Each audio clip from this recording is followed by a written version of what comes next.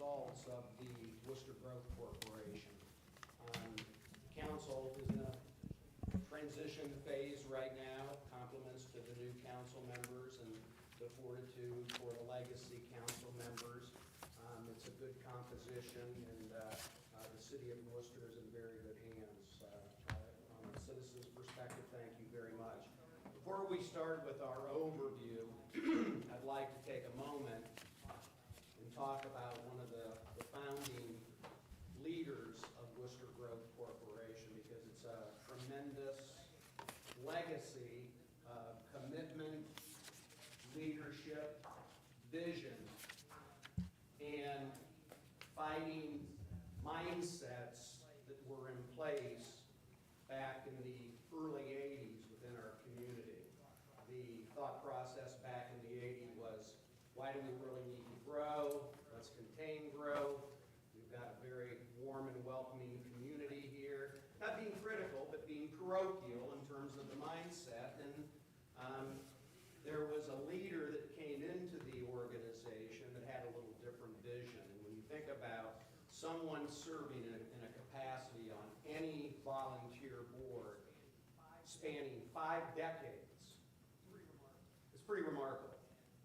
And that person led many initiatives, challenged the status quo, was a minority with a group of very tunnel vision, testosterone individuals. So it wasn't an easy, it was a formidable battle that, and I think battle's a good word, because she was fighting the odds and trying to create a new paradigm and a new vision. And one of the things that happened in the 80s was the filing for the 5013C designation, which most economic growth organizations throughout our state are not 5013C, and that kind of differentiated a total government-controlled entity, because there was an ability to take donations and so forth, tax-free. That was just one of many things that this individual had as a vision, and been a great facilitator, a legal perspective that's second to none. And that person is here tonight, the queen of the Wayne Economic Development Council vision, and that's Margot Braille. And I'd like to share a round of applause for her. 273 years old. I promised John I wouldn't take very much time, but I will tell you, he's exactly right. When I started on this, I had come from a little town in Illinois, and I had seen the changes that happened from a busy little railroad town where all the trains stopped and got green and everything else, to a countryside that moved to more factory-sized farmings, not as many animals, and I watched something that was a prosperous little community dwindle through no fault of the people of their own. And I was interested when I came here because so many of the jobs were focused within key large entities in the town, and the fellows who had them had done it for a long time, wonderful jobs, and they were not interested in changing. And the whole world was changing. And what I said to them then, and I remind everybody now, is a woman raises her children very differently if she can raise them to hope, as opposed to simply survive. And part of that is, in a world that was changing, a woman needed to find economic security, maybe have a job of her own. All of that was a new idea for these guys. And the fact that anything that could happen, where Gertie wasn't running 3 shifts, where Rubbermaid wasn't the king of the hill, where everything was going to be just the same for the same group of guys always, was unthinkable. But Mayor Brenneman and Dick Gates, who was then the secretary council at Worcester Brush, or at Rubbermaid, his parting thing, I think, was to get me on here, because I think he thought, well, let her fight. But the key about it was that when the statute was created, Mr. Reynolds has been on council long enough, some of you have been around council long enough, to understand that the statute says that Worcester Growth, any kind of community improvement corporation, serves the council. doesn't serve the administration, doesn't have a power base of its own. It serves council. And the purpose of that is to make some decision-making, take some of the fact-finding so it's not in public, where companies do not want to have their spreadsheets laid out for everybody, have some of the somewhat unpleasant conversations in a public forum, but sometimes one that gets less public pressure, and to be able to save council some of the time and work that's happened. And when we started, we had a grand total of $4,027 in our bank account. And our first achievement was when council acquired a farm and asked us to get it developed, and that's the site of Tech 4. And at this point, Andre can tell us what we have in assets. Thank you.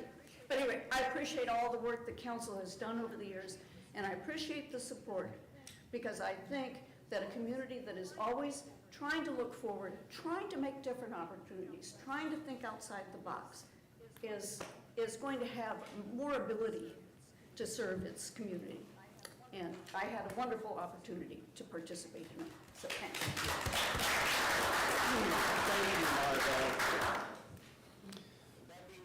With that being noted, let's start with the presentation. That sounds awful loud to me. What is Worcester Growth Corporation?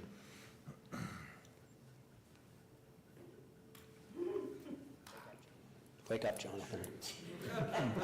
Okay, we're going to start with the fundamentals here. The Worcester Growth Corporation is an Ohio Community Improvement Corporation created by the Ohio Revised Code 1724. Quote, for the sole purpose of advancing, encouraging, and promoting industrial, economic, commercial, and civic development of a community or area. The CICs act as a municipality's non-profit economic development agent. It allows cities to undertake projects that would not otherwise be permitted by law. You're constrained, we're not. We're not the final decision makers. You are, but we can advise, consult, and maintain confidentiality until a point of time is reached where it no longer can be held confidentially. And acting as this, we are permitted by law to engage in activities that the city is not, or the administration is not, city council is not allowed. Therefore, it would be infeasible. And we were established, the CIC was established in January of 1974, and it had a very slow and uneventful start until the period of time around the 2000s, and you'll see that. So we were designated as the Economic Development Agency decades ago, 6 decades ago. Initially, we were reviewing county EZ programs. There were some changes made there in the late 90s. We won't go into too much history, but pretty much of a rubber stamp of the county EZ tax exemption initiatives. It was expanded significantly in 2000, and again under Margot's leadership, to include school districts, the WEDC, the Wayne Economic Development Council, the Chamber, and more council representation. So that's really where it began to blossom. That allowed launching of the revolving loan fund, Worcester Opportunity Loan Fund, engagement in environmental remediation projects, focusing on the downtown redevelopment and revitalization, and the creation of 2 industrial parks. Next, please. The most common features, the largest impact, is focused on supporting basic sector job creation and redevelopment through strategically buying and selling property, evaluating and recommending tax incentives, and project management, which is probably the most complex element of the process, of which we have a powerhouse in Jonathan in the city administration, development and grant writing. The statutory being, it is based on the Ohio Revised Code 1702 and 1724. I've personally read through that and I've memorized those statutes, so if you would like to have any definite... All right, no, it's author And like other city boards and commission, we exist to conduct work and provide recommendations for you, for council.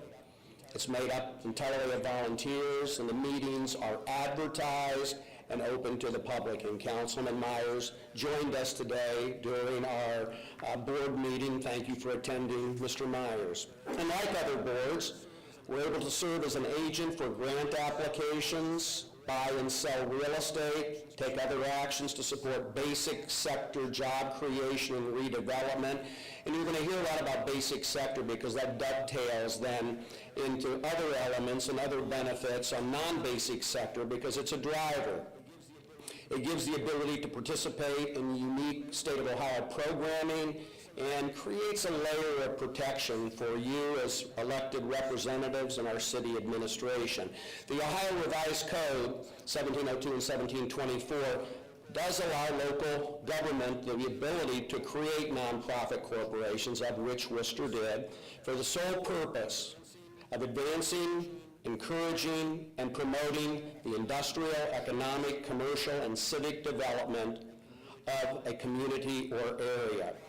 Otherwise, you wouldn't be able to do that. We would not be able to do that. The CICs allow cities and counties to undertake unique economic development initiatives and projects that would not be permitted by law, and those include borrowing of funds and making loans, acquiring and selling and leasing property, strategic sales versus highest bidder. If we put out something in council, it goes to the highest bidder regardless of use, and Jonathan has an expose with the drug rehab center downtown. There's a good case study regarding that initiative. It serves as an agent for grant applications and for administering grants, acquire business entities and personal property, and finally participate in unique economic development programs that only the CICs are eligible to participate in. The membership. The typical composition consists of mayors, council members, administrators, managers, city staff, and various community members. Typically the membership, and back in the old days and early on, it was 5 to 6 members. With a minimum of 40% of the membership, it's required to have municipal officials or employees, and that's required by law. Minimum. It's not the maximum, it's the minimum. And I'll talk about that in a moment. Worcester Growth Corporation now consists of the mayor, the director of administration, the finance director, city council representatives, Worcester City School District representative, Worcester Area Chamber of Commerce, and the Wayne Economic Development Council. So it has expanded membership to include our economic development partners where most CICs do not, and there's a tremendous value having those unique perspectives and those community leaders engaged on these type of initiatives. While we're similar to other city boards and commissions, Worcester Growth does consist and exists for one reason, to conduct the work and provide non-binding recommendations to you, City Council. Unlike other boards, Worcester Growth is able to serve as an agent for grant applications, buy, sell real estate, take other actions that support basic sector job creation and redevelopment. And that's been as much of a success for us on the redevelopment side as it has on the commercial side of the equation. Including the school district, the chamber, and the WEDCs, the county EDO, is critical, and it serves as a function of negotiating tax incentives and therefore meets the recommendation of the intention of the state of Ohio tax incentive programs. So again, just for counting purposes, there's 4 city administrators, 2 council, that's 6, and there's 6 outside members on the Worcester Growth Corporation, consisting of 12 total or 50-50 if you count the council representation.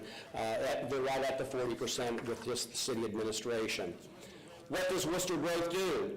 Again, acquires and sells property, provides tax incentive recommendations to city council, and all the hours you're negotiating on, maintaining confidentiality. Project management, manages real estate for basic sector development, borrows money, we can take loans and fund development projects, lends money through the Worcester Opportunity Loan Fund, WILF, and serves as an administrative agent for grant applications. So, Through these advantages or ability to do these things, we're able to create higher basic sector job creation, which then creates an economic multiplier. And we all get this, that promotes expansion of retail and the service industries. Worcester Growth has enabled redevelopment and encouragement of non-basic sector jobs concentrated in the downtown and the CRA corridor. There's an exemption there. But more jobs, higher wages is a multiplier effect on our non-basic sector jobs and provides a tremendous stimulus to our community. Assessing projects. Again, we have several tools at our disposal for assessing projects. Projects are analyzed and reviewed, whether it's remediation, environmental efforts, or incentives are based on recommended guidelines for economic development by several state and federal agencies, as noted here, along with nonprofits. So I won't go all through those, but you can see the resources that we use when we're pursuing and assessing projects. Key themes: basic sector job creation and reinvestment or refurbishment. And we have two examples highlighted here. First, the basic sector job creation is global. International companies, we know many right here in the Worcester area that identify Worcester, Ohio as the place that they want to be and continue to invest and expand and grow. All payroll expenses are paid for by the customers from outside the state. It has a tremendous economic multiplier. We don't know if it's 5 or 6-fold, but it's significant in terms of spending and retail and consumer growth. So it does have a direct correlation with the non-basic sector segment of our community, retail, service, government, and I think we all know that because our non-basic sector environment here in Worcester is pretty strong. And finally, taxpayers gain the ultimate benefit, even if there are incentives, because land is cleaned up, grants are awarded, there's TIF, there's CRAs are needed, and the taxpayers, if you have a broader tax base, that lowers everyone's individual tax standing. Reinvestment encourages reuse of our neighborhoods, stops decline and preserves the tax base, saves residents from shifted tax burdens, and it often involves non-basic sector jobs, which are created by the local market, whether it be in construction or retail or consumer. So projects encourage these jobs to concentrate in specific areas. We try to identify that and control that to where we perceive that resource to be needed. Basic sector job creation. This is what it's all about. The benefits of encouraging basic sector job growth include economic opportunities for Worcester residents, higher paying jobs, people are willing to pay more on a limited base, supply and demand, boost wages for the residents, boost career opportunities for advancement. Long-term, area businesses enjoy boosting workforce and talent pools through this competitive labor arena. Although it can take criticism because having too many jobs and too little people, but the people that are skilled and trained get higher pay and have the opportunity to advance. And then finally, the non-basic sector benefit that we've talked about. It's significant. And some of these can be both short and long-term impacts to make the region, to make Worcester more competitive, but the business retention and expansion has been the primary focus, and it's something that certainly we have achieved. And then also continuing to stimulate the non-basic sector, the retail, the consumer, the government services environment within our community. And we all see that when we see the tax receipts increasing exponentially over the years. So non-basic sector jobs make up most of the jobs in any given city. Probably didn't recognize that, but there's more non-basic sector jobs than there are basic sector jobs. but they can only be expanded, or they can only grow through increasing local spending, which is the basic sector job focus that we're talking about here. So when we bring more engineers and more skilled trades to our community, it helps our community on the non-basic sector side. New wages for new population, and also one of the things we don't highlight is the transient community. People living in Ashland, the jobs are better here, so they come to Worcester, Akron, Canton, north from Medina. We have a lot of transient commuters coming into our work base because we have higher wages, higher benefits. It's more competitive here, so it's a very positive impact on our local community. Reinvestment projects. It does reverse site depreciation, which would otherwise raise taxes on owners citywide. Supports quality of life and gives relief to the taxpayers. Historic preservation, that speaks for itself. Downtown reinvestment and environmental remediation. The reinvestment projects, non-basic business sometimes require assistance to invest in challenged properties. No one wants to put money into a dilapidated, environmentally protected operation. So it's very important to continue to focus on those type of opportunities and create positive results, of which we'll talk about. And while a project may pledge jobs, the projects don't create jobs in the market. When you see new incentives, they pledge jobs, and instead they redirect it in the region that they will relocate, whether we want them on the north end or we want them downtown. We kind of can control that and manage that effectively. Again, the reversal of the depreciation, declining values in blighted areas would otherwise raise taxes on others citywide. So the main non-sector project focus for the Worcester Growth Corporation is historic preservation. These are often labor-intensive initiatives that sometimes have a higher cost market value-wise than a new building may.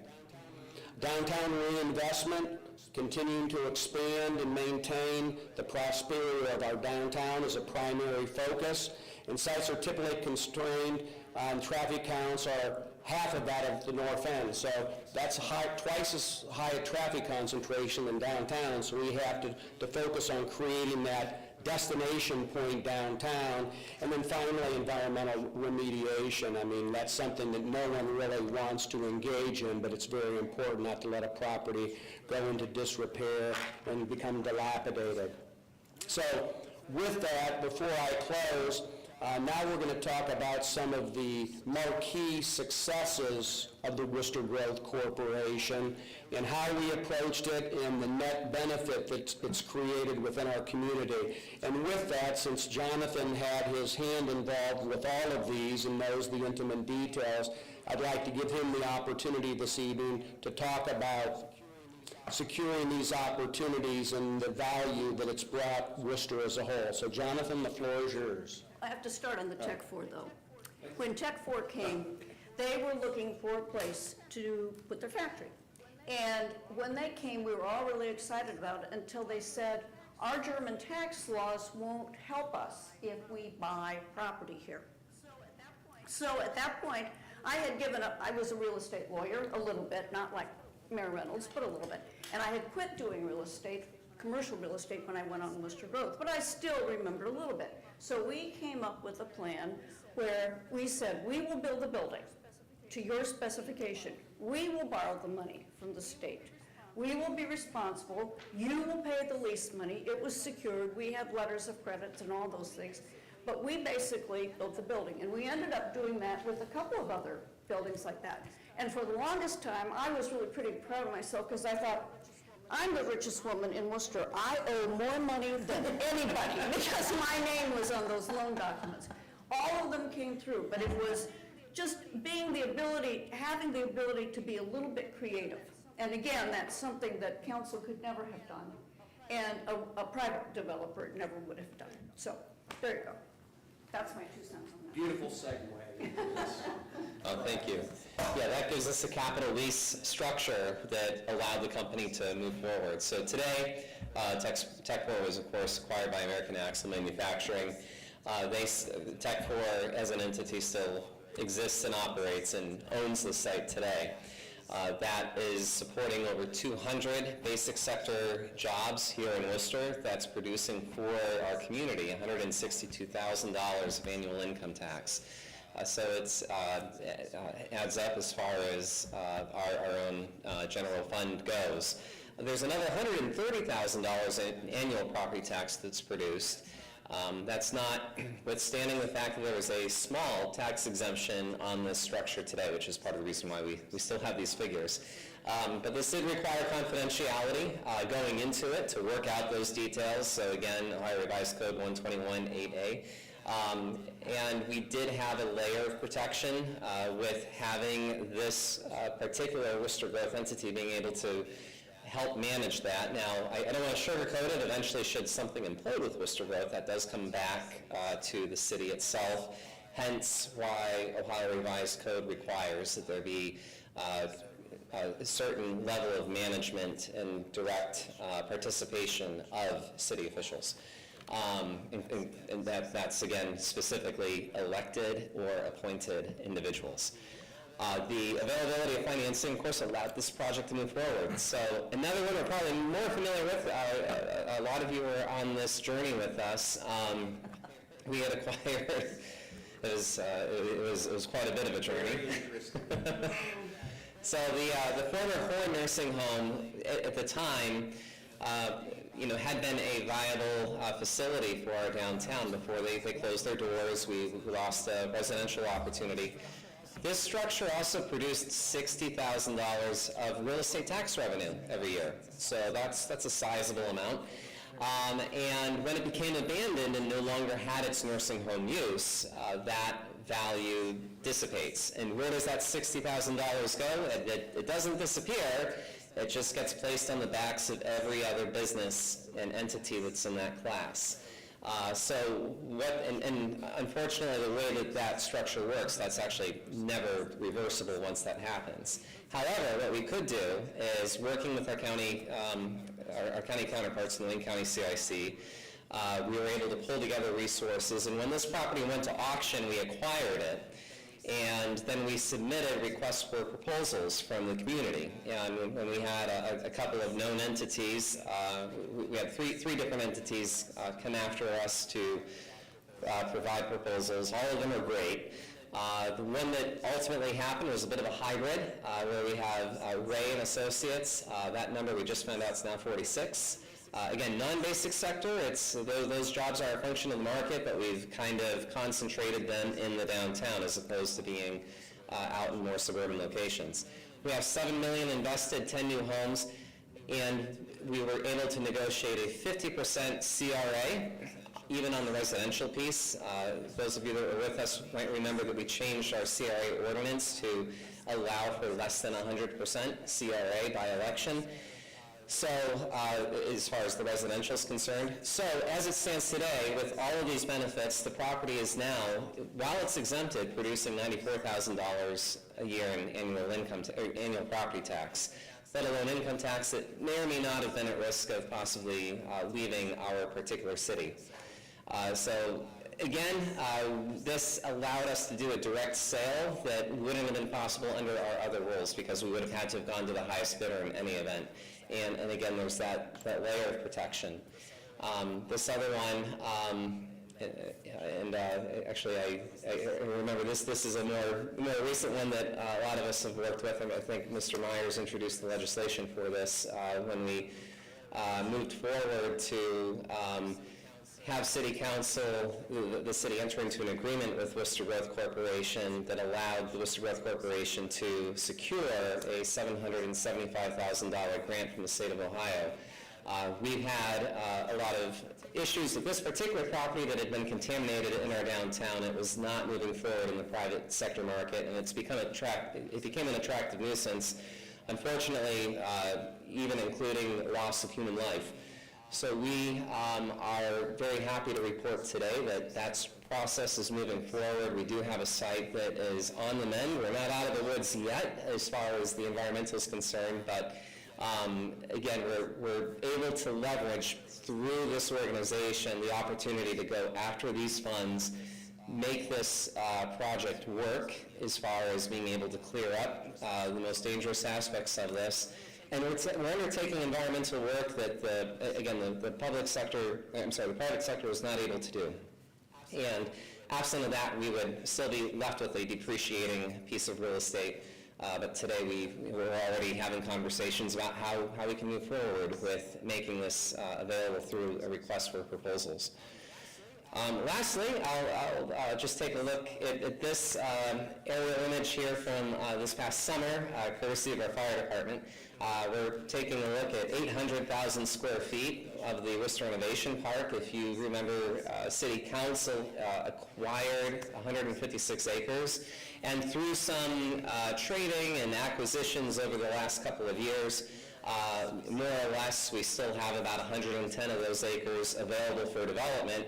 But that has resulted in 800,000 new constructed feet here, and additionally we touched on a project that built just off camera here to the southwest.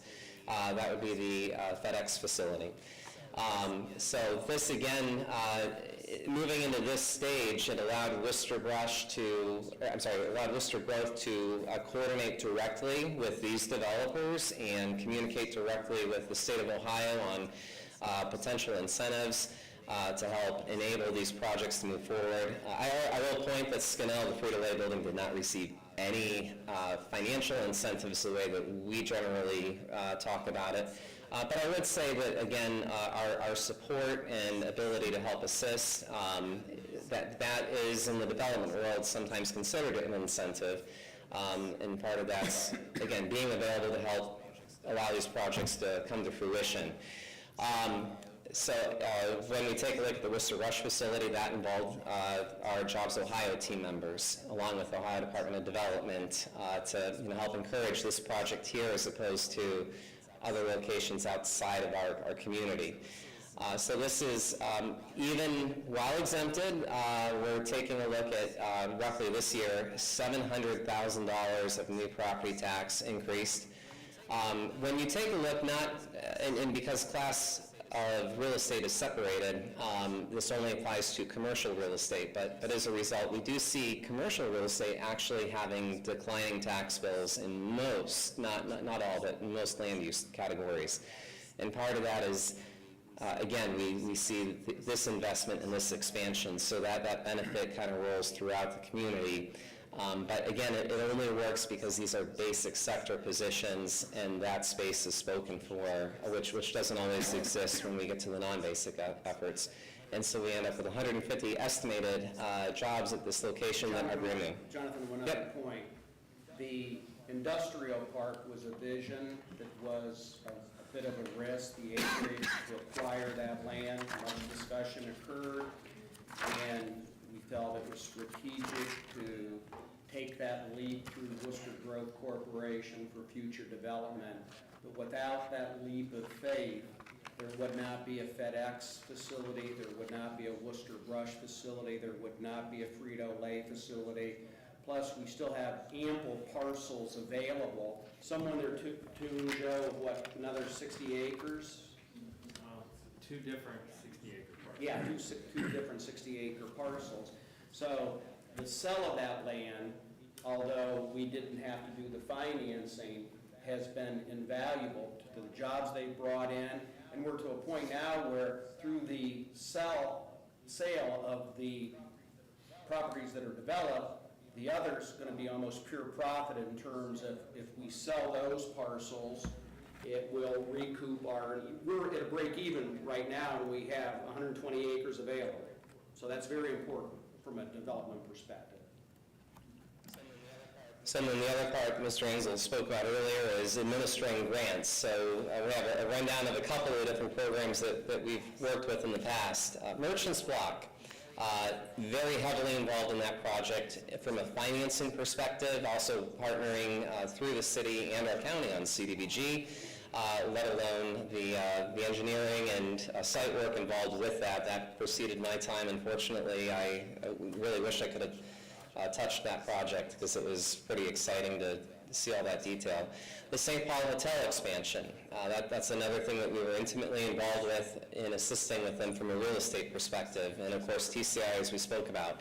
Timken, that we see here down on the bottom, this was a project in which we involved ourselves to be able to help leverage grant funds to help remediate this site. The reason why is our well field that we take water out from for the entire city, all 27,000 of us relying on, is just upstream of this. So we wanted to clean this up because over time, we would expect eventually that may influence our site. So we're happy to report that this is cleaned up and it's back in use today. Condor Pacific Properties, GMI, is utilizing that space today.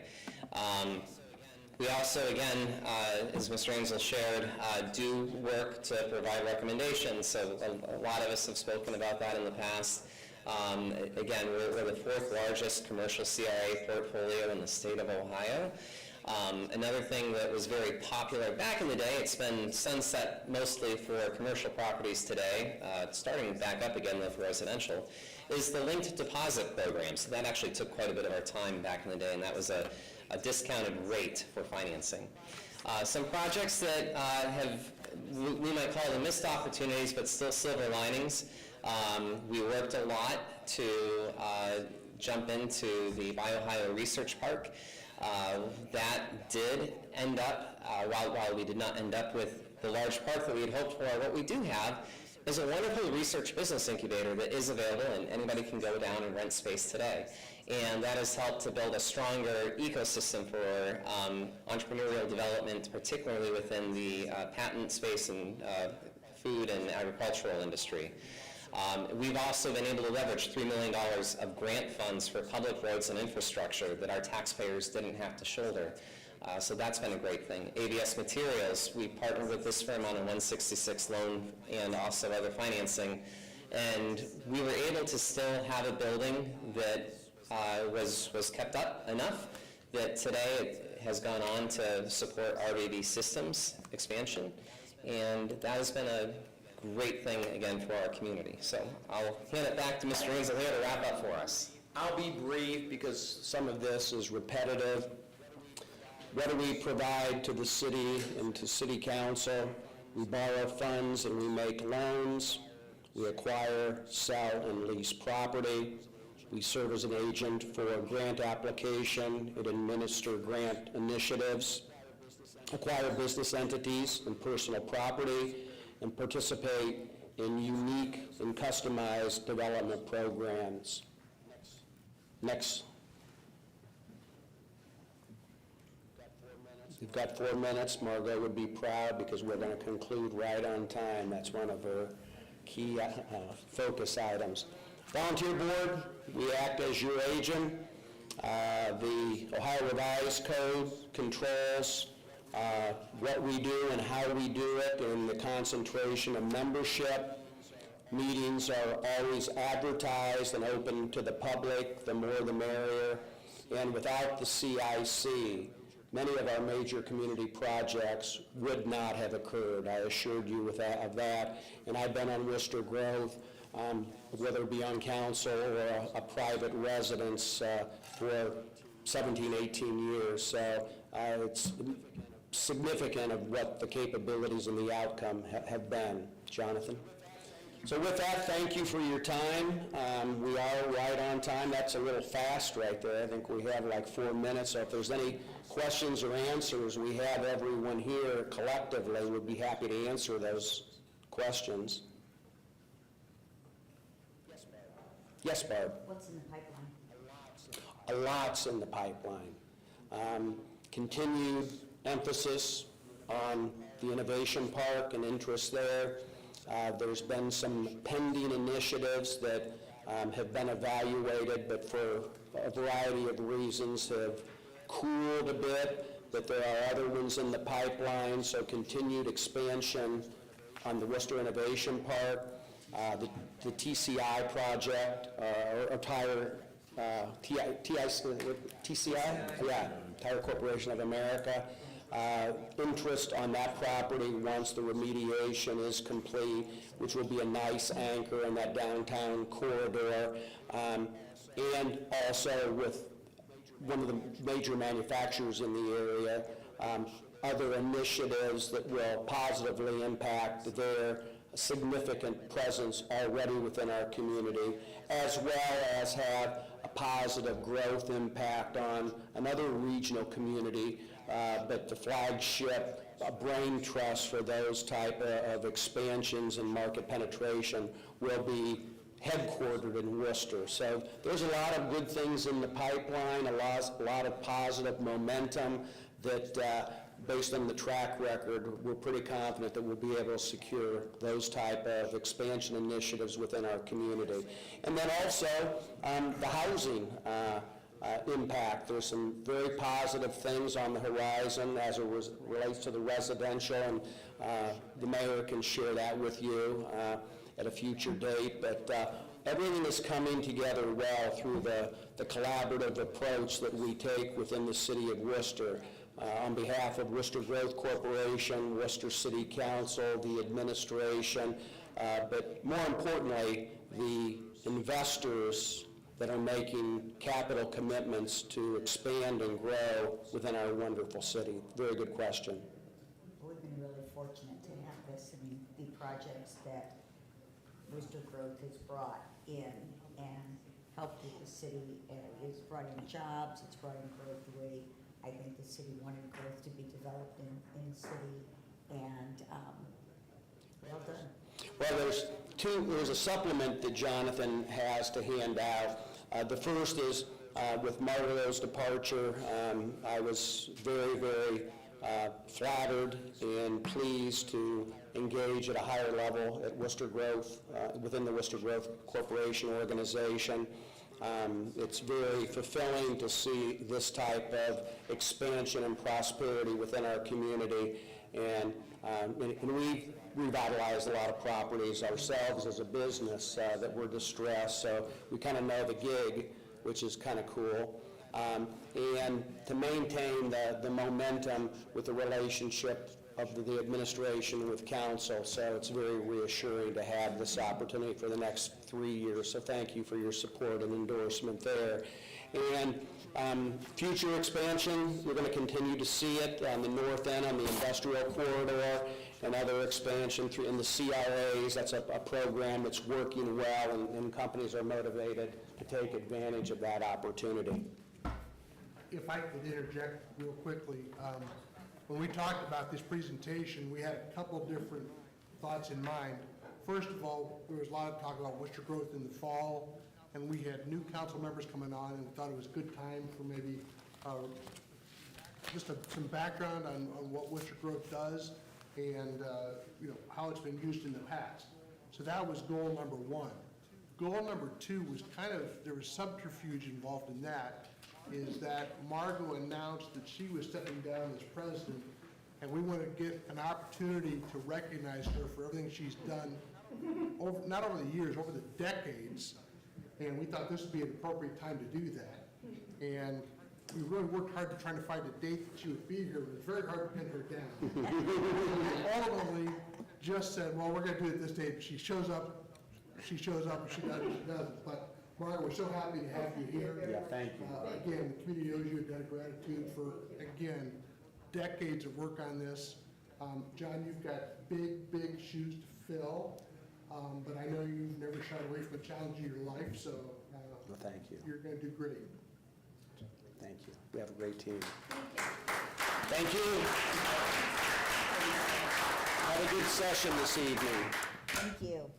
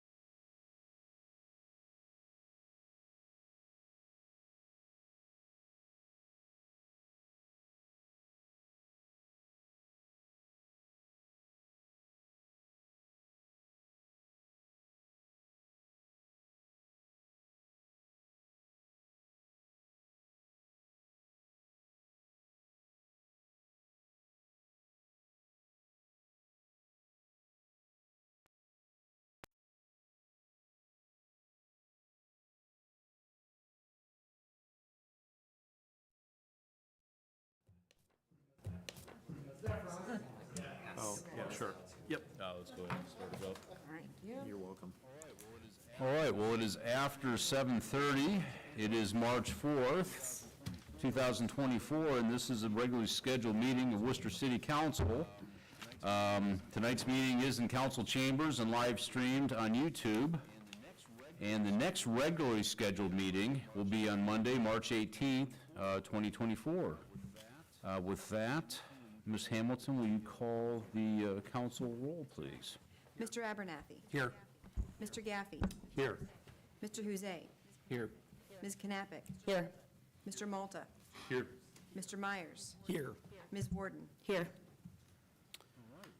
All right, well, we have a quorum. We have everyone here, and the agenda will remain as presented. At this time, I'd ask everyone to stand and join the members of the City Council in reciting the Pledge of Allegiance. To the flag of the United States of America and to the republic for which it stands, one nation, under God, indivisible, with liberty and justice for all.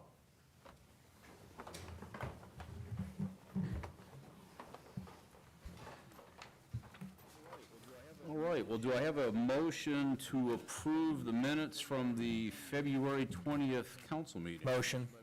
Motion by Mr. Abernathy, is there a second? A second. Second by Mr. Gaffey. All in favor, say aye. Aye. Any opposed? All right. The minutes are approved. Communications from Mr. Reynolds. What do you have for us this evening? Thank you, Mr. President. They've already left the room, but I want to thank Mr. Ansel and Ms. Braille for the presentation on Worcester Road before the meeting. As I mentioned at the close of that, it was, I think, not only informative for us and kind of a refresher for those that are familiar with it, but it was also an opportunity to thank Margot for her years of service and decades of service.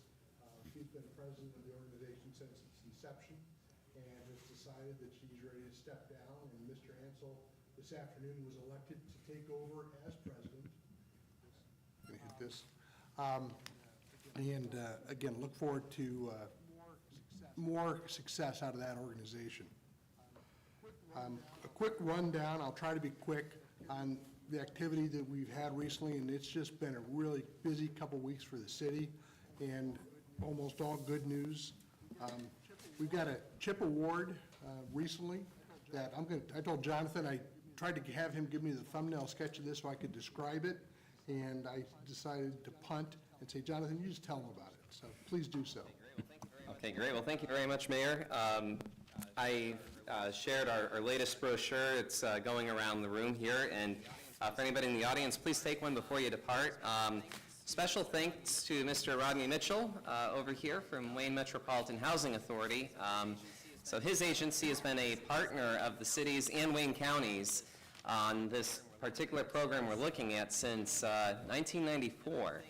And I think throughout the whole county, approximately 700 homes have been saved through this program.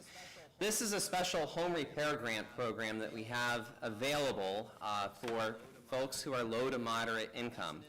That's an individual making just under $46,000 a year, or a family of four making $66,250 or under. So that's about 42% of us in the city of Worcester, and this program aids those households who might be struggling to make an emergency repair, such as perhaps fixing a leaky roof that is going to threaten the rest of the home rather quickly. Or, say for instance, on our city utility end, maybe there's a broken service line. Well, that's a homeowner responsibility once you get past the main. So who's responsible for that, $3,000, $4,000, $5,000 repair? For a lot of us, we might be able to, leverage a credit card, but for a lot of our families, that's not an option. So this program is available. It's a competitive grant program. I want to say a big thank you to council for helping us to be able to even apply for it. It would have been about this time last year. We apply for it every 2 years, It's a $1 million program. We actually, as the city of Worcester, apply for the program on behalf of the county and the city of Orville and the city of Rittman. We obtain the grant funds and then we share them out to different projects throughout the county as it's needed. But for anybody that you may know of who is in need, who is struggling with figuring out how to afford a major repair that they need to, please keep this program in mind. And we're excited to say that we've been funded again for another 2 years. This is a competitive program. Not every community gets it. There have been years that we haven't gotten it, and I would anticipate years in the future where that may be the case again.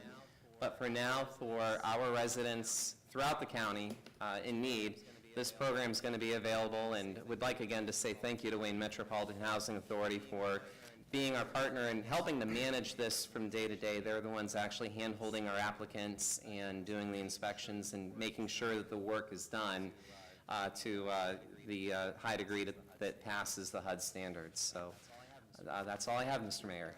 Thank you, Jonathan. And obviously, this is a countywide program, but probably the majority of these homes are in the city.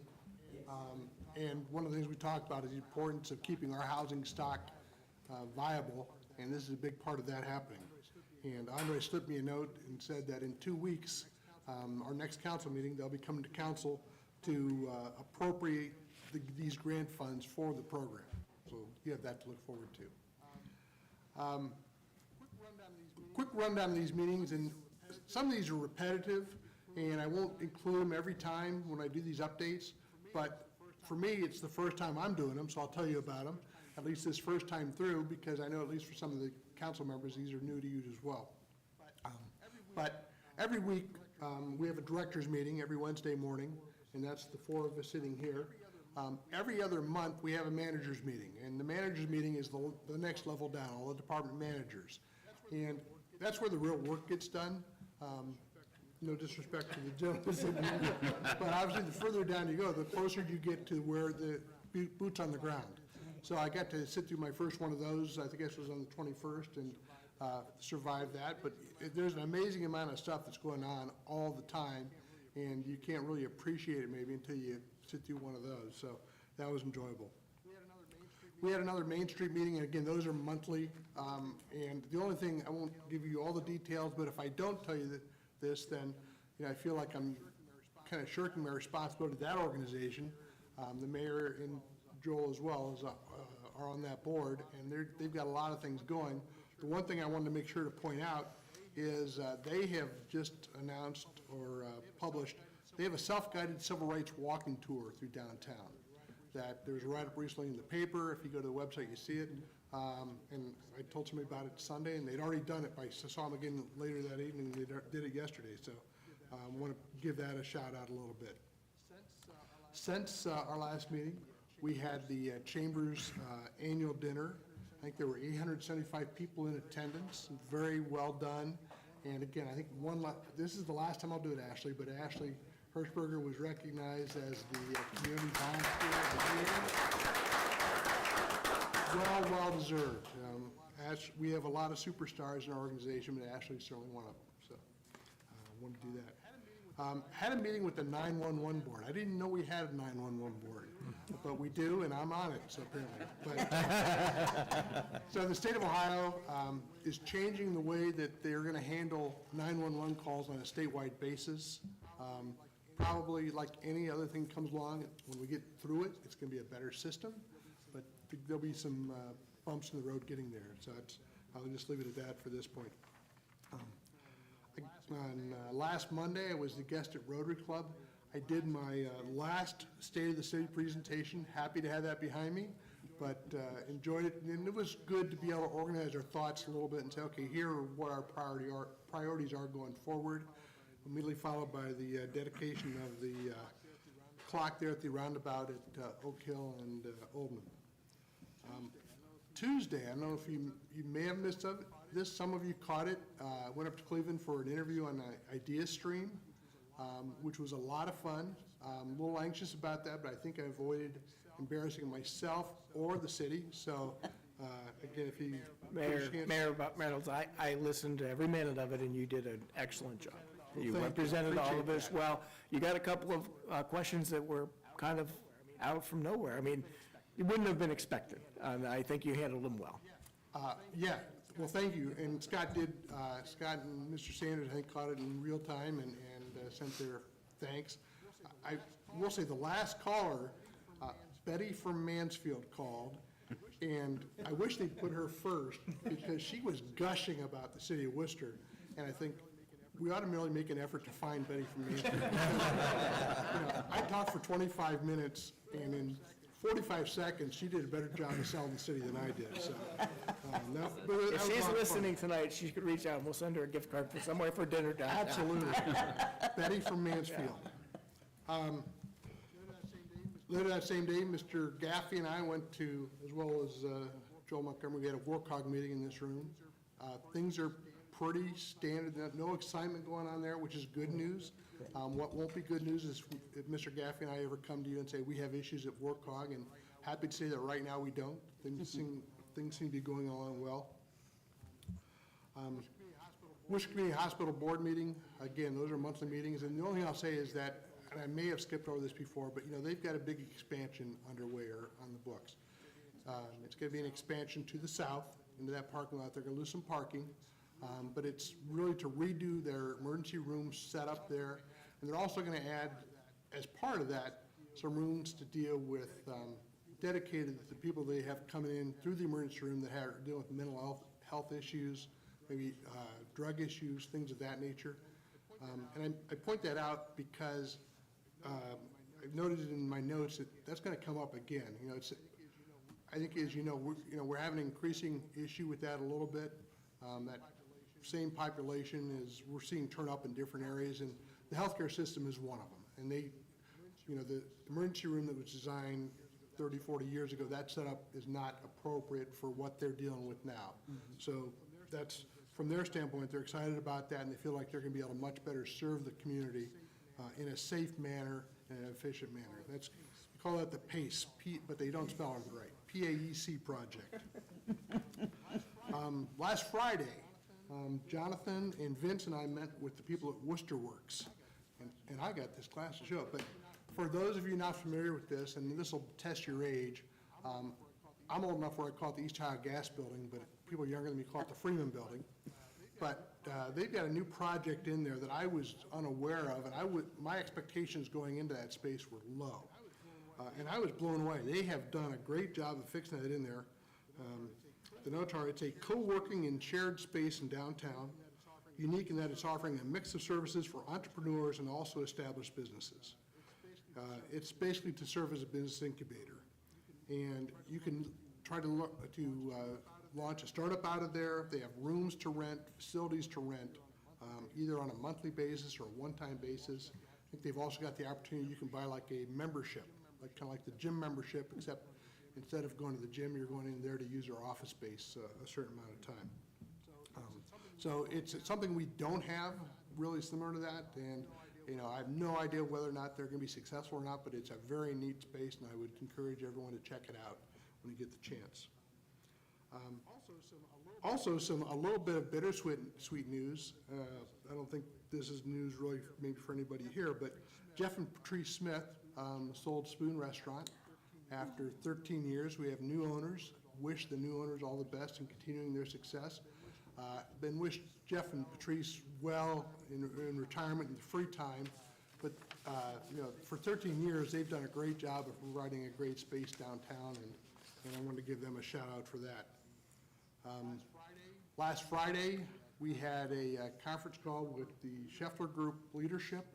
They're just kind of, I think, unwinding a little bit from their big press conference down in Dover, and again, they little short on the details as far as what they're able to get out there, but they were calling just to reassure us that we are still very important in their plans, and there's going to be more news on that front in the months to come.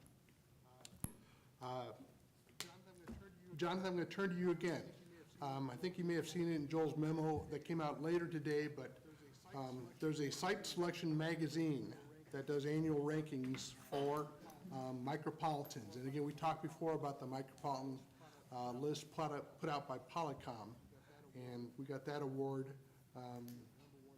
number one in Ohio a couple weeks ago. Well, this is another ranking system, and Jonathan, can I turn that over to you again? Sure, thank you. So the Site Selection Magazine is a trade magazine that's focused on commercial and industrial real estate expansion. This particular measure takes a look at how micropolitans are performing in terms of, not to use a tired term, but basic sector projects, particularly those that are over approximately 25,000 or more square feet, at least $1 million plus investment, and typically they're looking for at least a 10-job expansion. So some combination of that. So we, with our partners at Wayne Economic Development Council, put in for that every year. It's an application-based program. Worcester came out as 10th in the nation under that particular measure. Ohio scored several in the top 10, top 25, I should say. And our major metros, not micropolitans, but metropolitans, particularly Cleveland, Cincinnati, Dayton, and Findlay, which used to be a micropolitan, it no longer is. As those have grown, they've done very well. A lot of that data kind of matches what we saw in the Polycom ranking. Polycom's not application, that one's just very hard, stark measurements, taking a look at poverty and your strength, your resilience and consistency, whereas this latest one takes a look at, again, actual projects taking place and a community's responsiveness and business friendliness. So it's a great measure to be in. We're happy that we made that list. And back over to you, Mayor Reynolds. Thank you.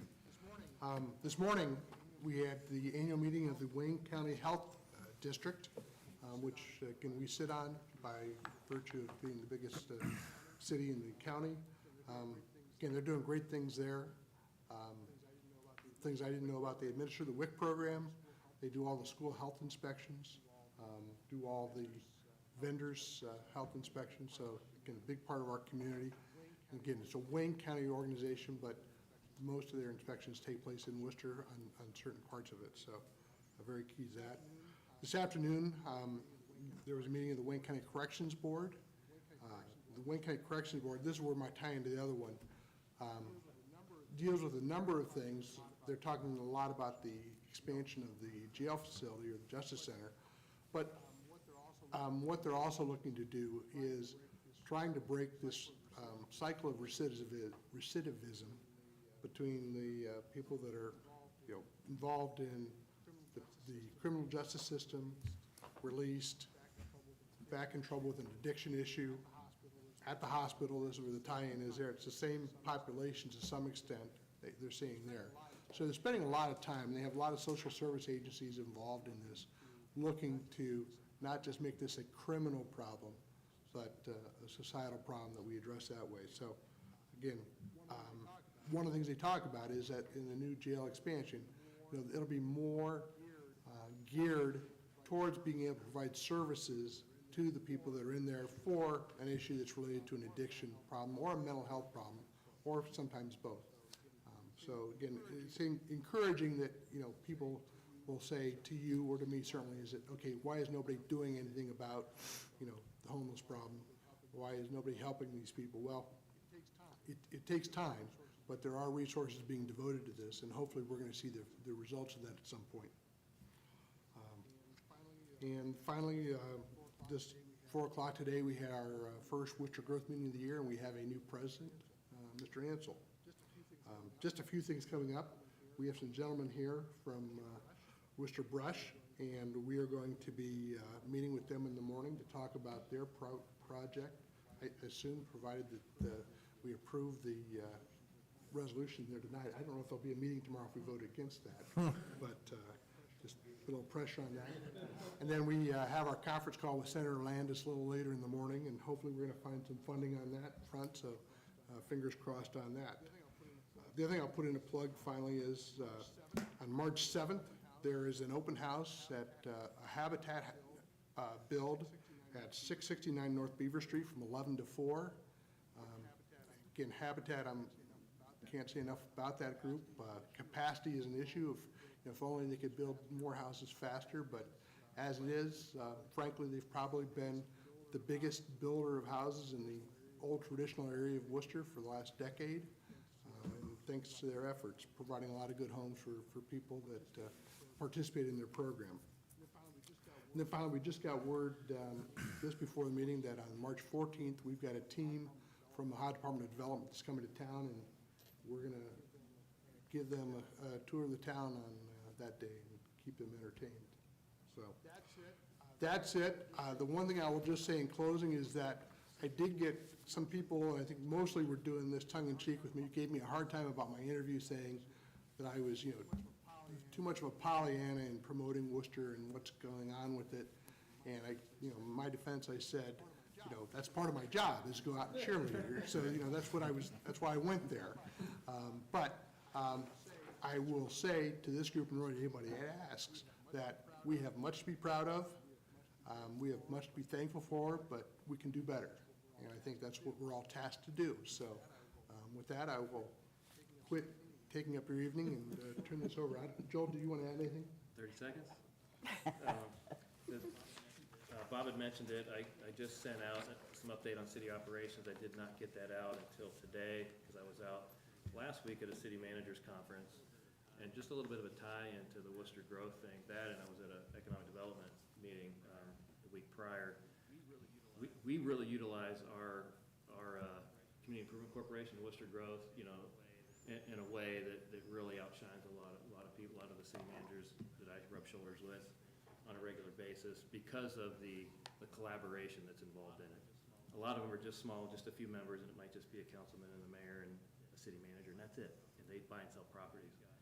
We've got our economic development partners on it, our schools on it, WDC, the chamber, and other business entities on that. So that aspect of it is a little bit unique on how much that we really collaborate with our partners in doing that. And I think it shows with the success and the fact that we're in the top 3 or 5 in the state and how we utilize things like tax incentives. So I just want to say that.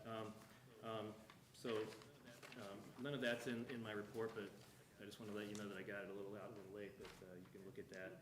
And I do have meetings much more than every other month, but our whole management group meets every other month, but I have meetings on more than one a week with individual managers at department levels and those kind of things. We'll work at individual initiatives.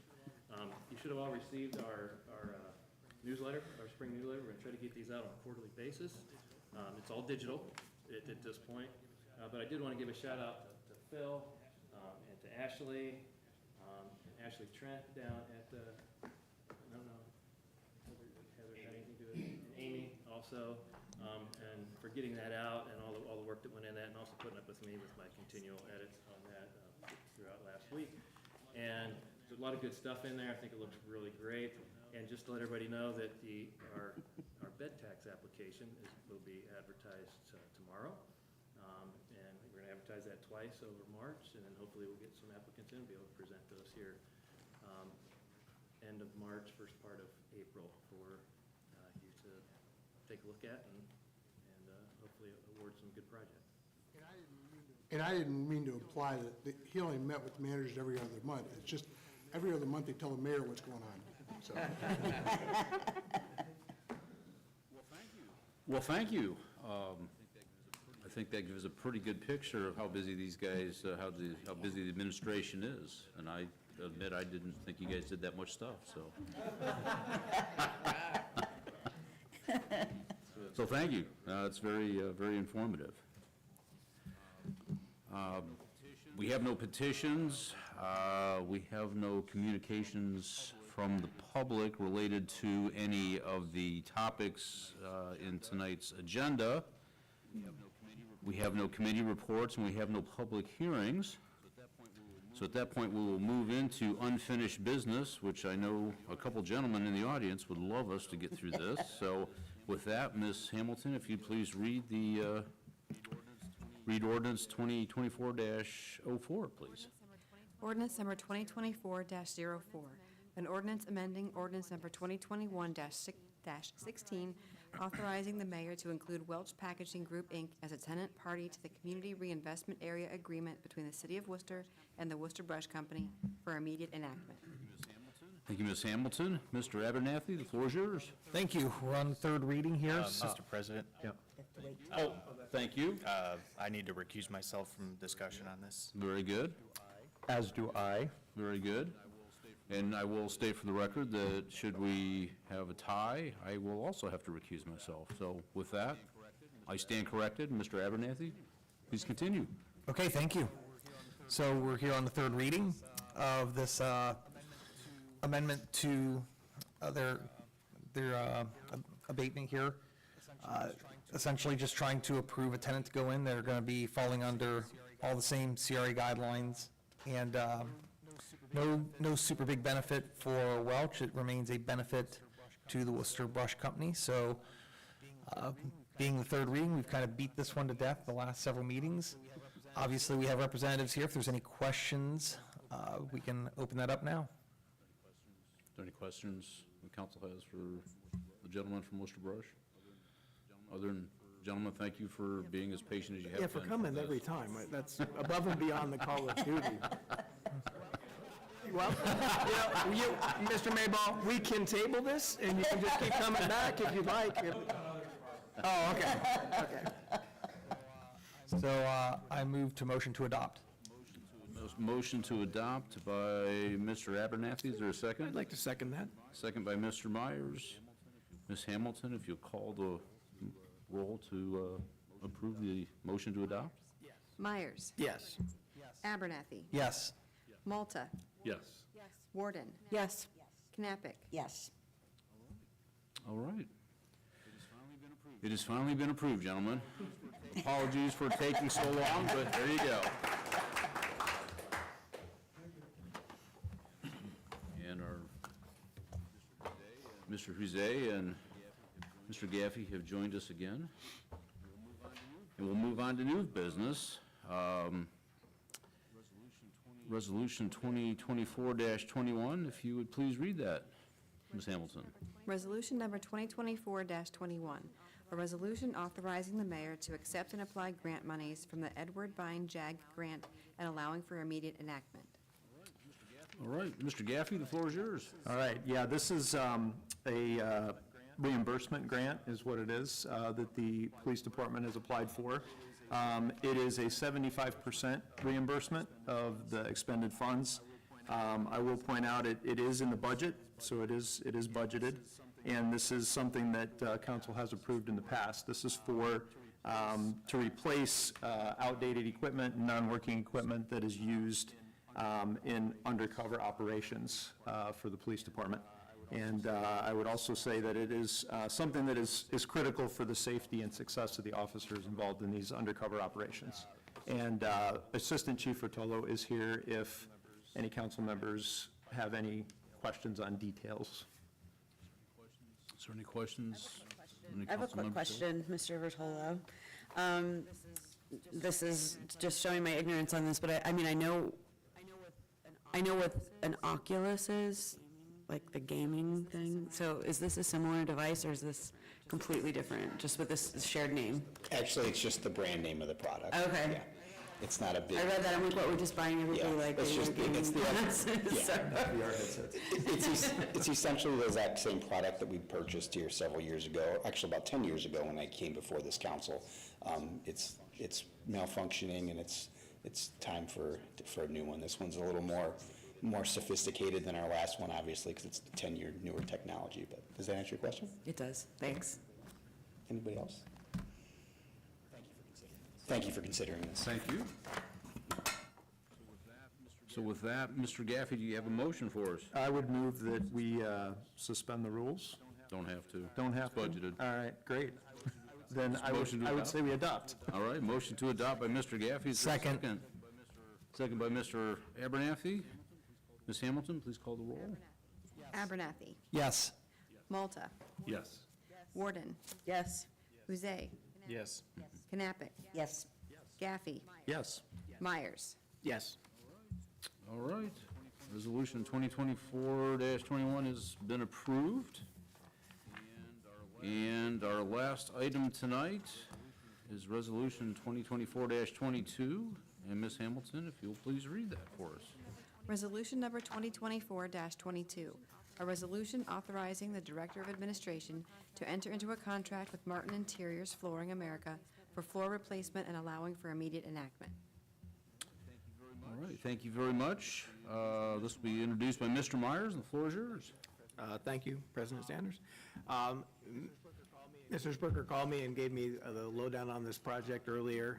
And for those of you that may be familiar with in our budget in the future, we had some plans to renovate the community center at some point, do some work. We did clarify that this area wouldn't be under the redevelopment, so the carpet investment won't be going away during that project. So we're not going to be putting something new in that's going to end up being removed. On an interesting note, that's in my private life, like literally today, I was inspecting a carpet installation flooring project at one of our local nonprofit agencies that was done by Martin's Interiors Flooring. I noted a couple of things I thought weren't exactly 100%, and I called the representative and I said, hey, you probably want to take a look at these, and they were there within about 2 hours of my call when they took care of them, and I went back and everything's been taken care of. So that's a pretty good service record when they come back within the same few hours. So we did have requests other vendors, actually, if you want to share, but they requested other vendors, and Martin's is one of the few we got back that was able to do the work, right? Yeah, as I put in the packet here, and Heather did great work on this project. She contacted multiple, and these 4 were the ones that we actually were able to communicate with. She reached out to multiple vendors. These were the 4. 3 actually visited the site, and only 1, Martin's, came back to us with an actual quote on the work. And so then you can see in here what the original job was quoted on, and they were the only vendor that was willing to come in after hours and on the weekends so that the daycare would not have to close for business, so that the kiddos and the teachers wouldn't have to actually close the daycare for them to do the work. So What are we replacing the current flooring with? LVT, the vinyl flooring. Yeah. It'll be much more cleanable and Oh, yeah. easier to maintain. Oh, yeah. So, I Without was getting happy into to see detail. there was no asbestos in the floor that's currently there. Glad that we're staying local, too. Oh, yeah. If anybody has any further questions, if not, I'll move for adoption of Resolution 2024-22. All right, motion to adopt by Mr. Myers. Is there a second? Second. Second by Ms. Knappich. Ms. Hamilton, would you please call the roll, please? Malta. Yes. Gaffey. Yes. Knappich. Yes. Myers. Yes. Huzay. Yes. Abernathy. Yes. Warden. Yes. All right, motion to adopt has been approved. That takes care of our new business for this evening. We do have the gentleman that has signed up to speak in our miscellaneous here about cable and utilities. For the sake of not butchering your name, is it Huddy? Huddy. All right, well, thank goodness I didn't butcher it. Good evening. The reason why I'm here, there's been some updates with the cable system throughout the city. And I'm here to ask, in fact, John Rice in the engineers department's been very helpful. He's very professional. But the second group that came in butchered my yard. My house, the back of my house, is on the corner of Milltown and Melrose, and I have the black iron rod fence. And we're required by the city to maintain that common area of the city and my yard. Well, they drove up on my yard with their equipment, and there's no way I'm going to be able to mow that lawn right now the way it stands. So I'm asking somebody to fix that for me.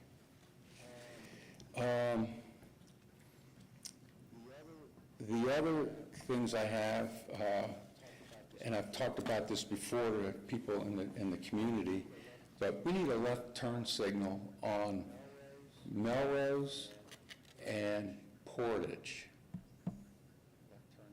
left turn signal. There's a light there, but we need a left turn signal there to get from Portage onto Melrose. Don't know if anybody's, and I don't know what a street light costs. Last time I checked, it was about 90 grand. So, but that's something that we would like, my neighbors and I would like. The other one is at the corner at the back of my house. We need a light there or something to slow traffic down. The city police department does the best they can with what they got. But there's been a lady who was killed there a couple of years ago on Melrose. There's the school buses, there's a school bus stop there on Melrose in my development.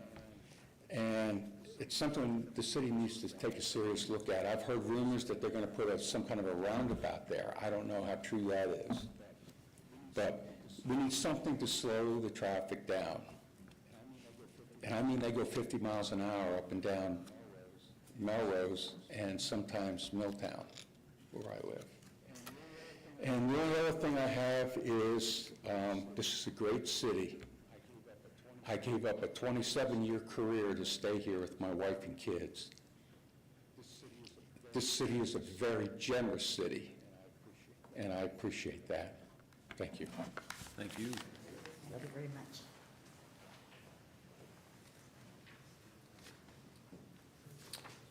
All right. Well, next portion, miscellaneous. We'll start with Mr. Huzay. Do you have anything to add this evening? Just congratulations to all the 2024 chamber winners, including Mrs. Hirschberger here. That was it.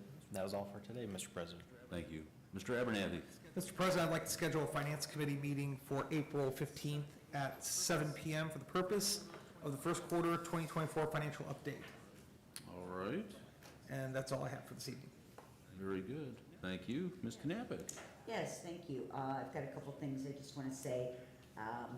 Congratulations and thanks to Margot Burrell, who has been, as everyone said, decades leading the Worcester Growth Corporation and has done an amazing job. We're so fortunate. And good luck to Mr. Ansel, who's now taking over that position. Best of luck to Jeff and Patrice. Spoon is one of our favorite places to hang out. And now maybe we can see them on the other side of the bar and they can hang out with us there. And wish their new owners the best of luck. And then I know we all had a lovely day with the spring weather today, but there's another sign that spring is here. The Lurch's truck is out up at the corner of Portage and 585. Big news in my neighborhood, so don't forget to stop and get your donuts. That's all, thank you. Thank you. Mr. Myers. Thank you. I also wanted to congratulate Ashley. Well deserved. Appreciate it. The other thing, I will tie into a little bit of what Mayor Reynolds was talking about with regard to the hospital expansion and some of the other facilities, the jail that's going to be doing things in order to help to accommodate some of the mental health issues that we have with individuals in our community. I will state up front, I have a vested interest. I am working with the Counseling Center of Wayne and Holmes County on this project, but they are building a mental health residential crisis stabilization facility adjacent to their property out on Akron Road. They have it's mostly grant funded, but there's certainly a need for additional funds from the community. It'll be 16 beds, and it will be a place where if they go to the hospital and there's nothing that they can do for them there, that this would be a place here in Wayne County. We don't have anything in Wayne County right now. Those individuals are having to be sent to Columbus or Massillon, to facilities, so we're looking forward to having that.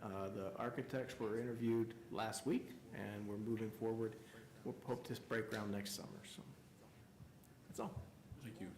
Mr. Malta. I would just like to congratulate Ashley myself and nothing further. Thank you. Thank you. Ms. Ward. Since I already congratulated Ashley before the meeting, I'm going to just say that I have nothing to add. Thank you. All right, very good. And Mr. Gaffey.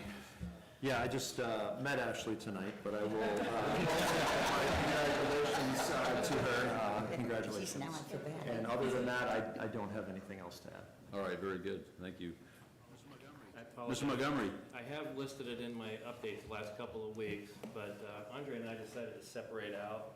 We used to do the operations update for 2020, the previous year, and the financial update. We always seem to be cramming it in and using up the whole time. So Mr. Abernathy reminded me when he mentioned that. I had also proposed having a work session before the next council meeting on the 18th to do an operations update, everything that went on in the city in 2023. Okay. And I'm sorry, what time did you want to do that? 6:45. Okay. All right. And yes, want to thank the Chamber for a lovely event last week. Congratulations on all those that received awards.